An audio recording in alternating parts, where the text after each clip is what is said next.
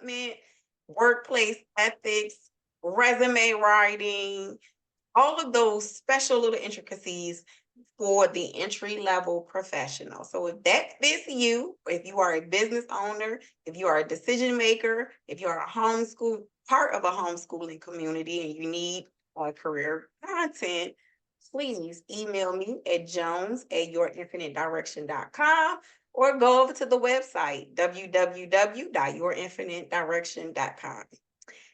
Now that I have said all that, I have a guest that I am sharing with you guys, Tabatha Thorell.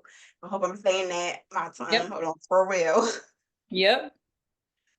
And she is sharing her story of entrepreneurship, the coaching community, excuse me, let me get that correct. Wealth building and legacy building, excuse me.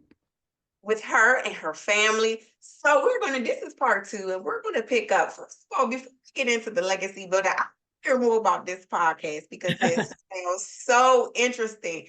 But it's the way that you explained it, the stories and the guests that you share, and they come on and they talk about their ups and downs of entrepreneurship, of business owning, and how they became successful. How does that make you feel when you hear those stories?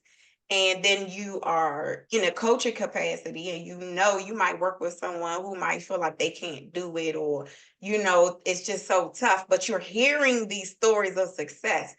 How does that fuel your energy for the coaching? Well, yeah. So like for me, I'll just take you back. When and still to this day, the thing that has always like helped me along the way are hearing stories of other entrepreneurs.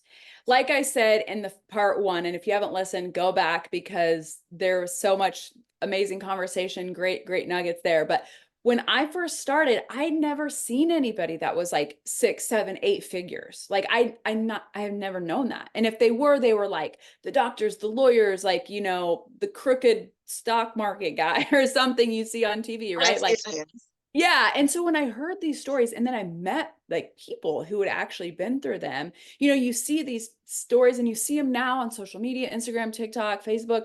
And it's like, oh, they have their cars and their jets and their, the marketing thing. And they're all like in their Gucci and Coach and all this stuff. But they didn't start there. I mean, if they were given the money, okay, that's one other thing. I'm not talking about that person. I'm talking about the person who started up, where they got like that nitty gritty. Like there is failure there and there's stories.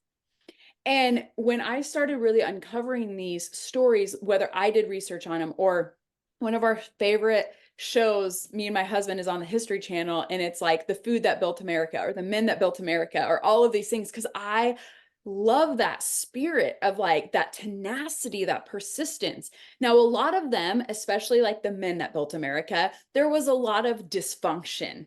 And so I looked at that story and thought, okay, they have this success financially, but where did they go wrong family wise? And where did they go wrong health wise? And a lot of them, they share some of the stories in that, especially the later episodes, but a lot of them you don't know. And some of them you'll never know because that was so long ago. And so the reason why I became,